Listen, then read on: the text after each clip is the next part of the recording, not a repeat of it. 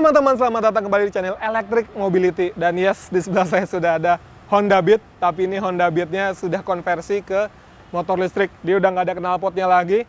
Di sini udah diganti sama motor listrik. Tapi secara tampilan motornya masih sama ya. Sebetulnya apa aja sih yang diubah dari Honda Beat ini? Ini dia detailnya.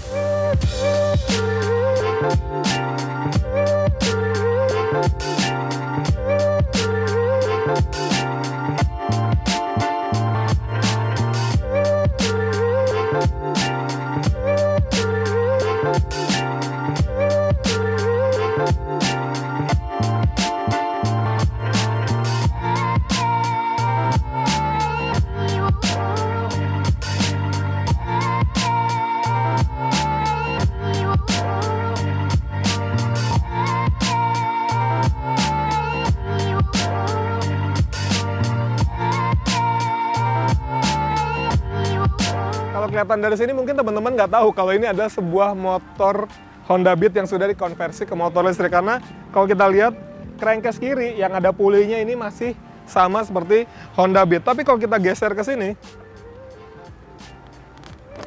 nah ini baru kelihatan. Ini motor listriknya ada di sini dan mesinnya sudah nggak ada. Ini BRT, buatan BRT, dia sudah include ya. Jadi dia pakai bracketnya bahkan sudah siap dengan dudukan standar tengah ya, jadi standar tengah masih bisa kepakai dan dia langsung duduk ke rangka aslinya. Jadi tinggal plug and play semuanya, udah enak banget sih. Dan ini motornya dia 2 kW ya, atau 2000 watt. Dan kalau kita lihat ke sini, nah teman-teman bisa lihat di sini. Jadi untuk cara jalannya gimana sih? Pertama kita nyalain dulu kontaknya, ya kan? Terus lalu kita tekan ini nih yang lama, P, sampai ini logo ready-nya dia nyala. Ini baru bisa jalan motornya.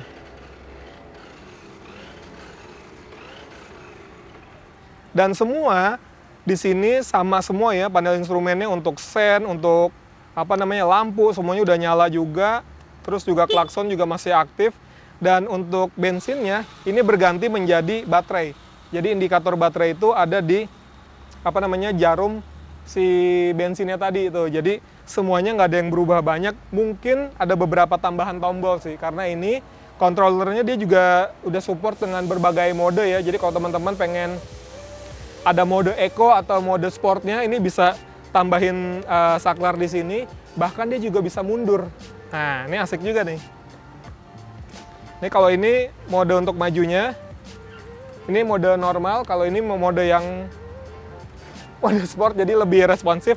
Tapi kalau kita mau mundur, tinggal tekan tombol di sini, ada tombol merah, kita bisa mundur. Asik banget ya, dan ini nggak ada rasa apa ya, karena dia pulinya udah fix gitu. Jadi dia langsung aja nih. Penasaran juga sih, tapi kita bakal ngobrol-ngobrol dulu sama ahlinya.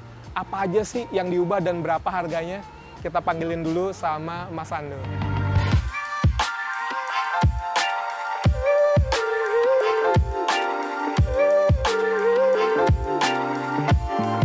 Nah, buat detailnya seperti apa aja sih yang diubah dari motor ini, kita panggil ahlinya nih. Ini ada Mas Ando dari BRT. Halo Mas. Mas Ando, nah ini kita pengen minta penjelasan nih. Ini kan tahun sebelumnya kita udah nyobain yang bebek. Evo, yes. Nah sekarang yang versi Matic nih. Ini ada Honda Beat ya, yang udah dikonversi. Sebetulnya apa aja sih yang udah diganti di motor ini, Mas? Oke, di motor ini itu sebenarnya yang diganti nggak banyak Mas. Jadi hanya crankcase sebelah kanan kita copot. Langsung kita ganti BLDC dan pasang bracket. Oke, jadi bracketnya juga plug and play ke crankcase sebelah kiri? Betul. Oh, nah, oke. Asnya BLDC-nya atau dinamonya, dia langsung masuk ke puli depannya motor ini. Oh, itu khusus tuh ya? Khusus. Jadi emang custom, emang khusus BRT untuk Honda Beat. Tapi itu produksinya di mana? Produksinya masih di luar, di vendor kita. Oke. Tapi berarti sama si dinamonya, si BLDC-nya? Betul.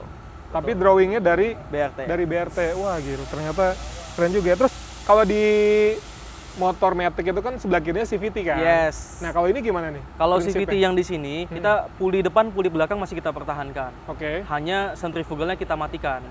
Oh, jadi udah nggak ngembang-ngembang Udah nggak lagi ngembang-ngembang. Jadi yang kita cari adalah rasio depan, mau seterbuka-bukanya atau semengecil-ngecilnya. Itu jadi yang istilahnya puli depan itu yang bisa di-adjust? Puli depan dan puli belakang bisa di-adjust. Oh, bisa di-adjust dua-duanya? Betul. Oke. Bisa di-adjust dua-duanya agar bisa mencari itu kombinasi-kombinasi itu. Rasio terbaiknya Betul. sesuai dengan karakter si yang punya Betul. gitu ya. Nah, Terus selain itu, selain si pulinya itu yang bisa diatur atau di-adjust lagi apa? gearbox. Oh, gearbox itu ya? Gearbox. Karena ini kan masih pakai Betul. crankcase aslinya. Betul. Semua masih di sama. belakang masih ada gardannya lah ya? Masih ada. Dan dia masih pakai oli gardan ya? Betul. Semua masih pakai. Dan itu rasionya bisa diatur-atur? Bisa. Jadi Dia nanti mau apa di bawahnya lebih enak atau di atasnya lebih enak bisa, gitu ya? bisa. Jadi nanti BRT juga akan mengeluarkan beberapa line up model untuk puli depan, puli belakang dan rasio agar teman-teman bisa berkreasi semaksimalnya. Jadi bengkel-bengkel biasa juga masih Bisa, ada kerjaan bisa, lah ya? Iya, betul. Oke, selain itu tadi BLDC, terus apa lagi yang diubah? Rasanya cuma itu, Mas. Controller? Iya, ada controller. Tapi controller ini kan Oh, ini dia. Nah, controller sudah kita taruh di sini. Nah, dari controller ini selain tadi dari gearbox, puli depan dan puli belakang, kita bisa juga ubah-ubah di controller ini. Artinya di-adjust lagi? Di-adjust. Oke. Yang di-adjust itu ada arus baterai, arus fasa dinamo, itu bisa di-adjust. Dan itu computerized ya? Computerized. Wah, Computerized dan canggih. Android juga ya. Pakai handphone juga bisa? Pakai handphone juga bisa. Pakai handphone juga bisa, teman-teman? Pakai handphone juga bisa. Oke. Jadi apa aja tuh yang diatur tuh? Jadi yang diatur di dalam sana ada kurva gas yang pasti. Kurva gas kita atur supaya mau galak atau mau smooth. Oh. Nah, kemudian yang kedua sama yang tadi saya bilang arus baterai bisa diatur segede apa. Kemudian adalah arus dinamo mau segede apa juga itu bisa diatur. Nah, kemudian adalah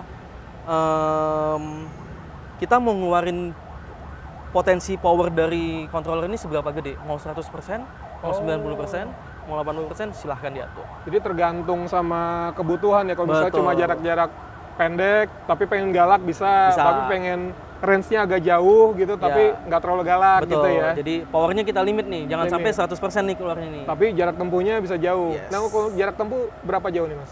Untuk ini, kebetulan kita pakai 72 volt 20 ampere. Baterainya ya? Baterainya. Ini kayak baterainya gesit nih, teman-teman ya? Emang baterainya gesit. Emang baterainya gesit Emang baterainya ternyata? gesit. Kita Dan beli. ini dijual bebas ya? Kita beli sih. Kemarin kita beli ke salah satu dealer gesit. Oh, oke. Ya, artinya di gesit pun dijual ya? Dijual Ini bebas. bisa berapa jarak tempuhnya sekali 50 kilo kalau yang ini. 50 kilo? 50 kilo. 50 kilo ya. Dan untuk ngecasnya dia 2 jam setengah. dari 0 sampai penuh? Yes. Karena di chargernya itu udah ada fast charging. Oh, fast charging. Makanya dia bisa cepet. Yes. Dia butuh berapa watt kalau di rumah biasanya gitu?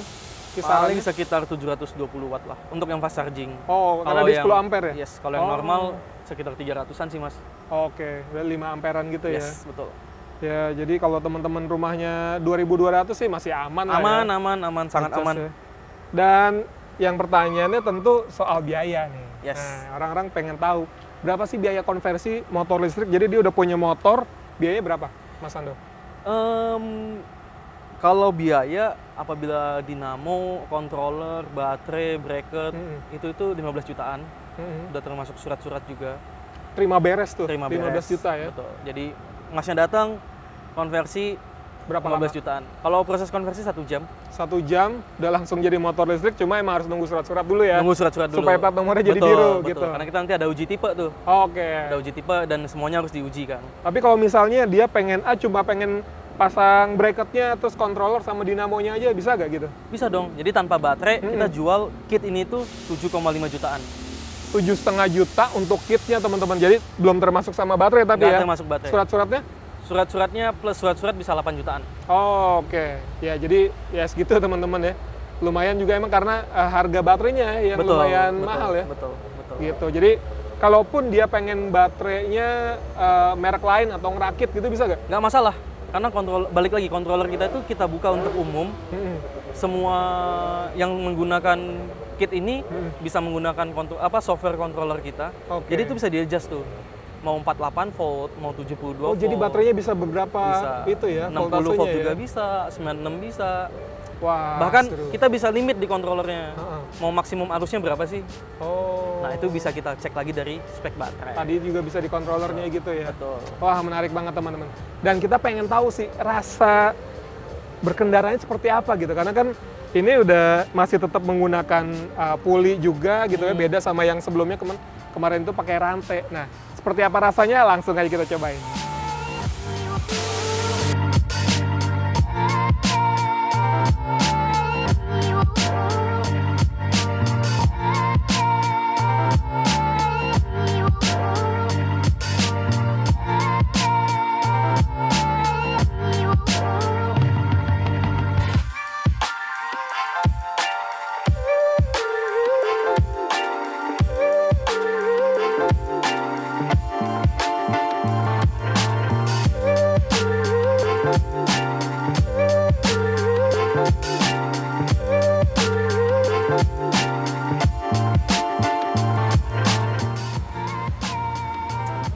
Nah, itu dia teman-teman, jadi asik banget ya. Dan ini selain ada tombol parkingnya juga ini ada stand switch-nya. Jadi kalau misalnya kita standarnya diaktifin, dia tombol indikator ready-nya bakal kedip-kedip dan dia nggak akan bisa jalan.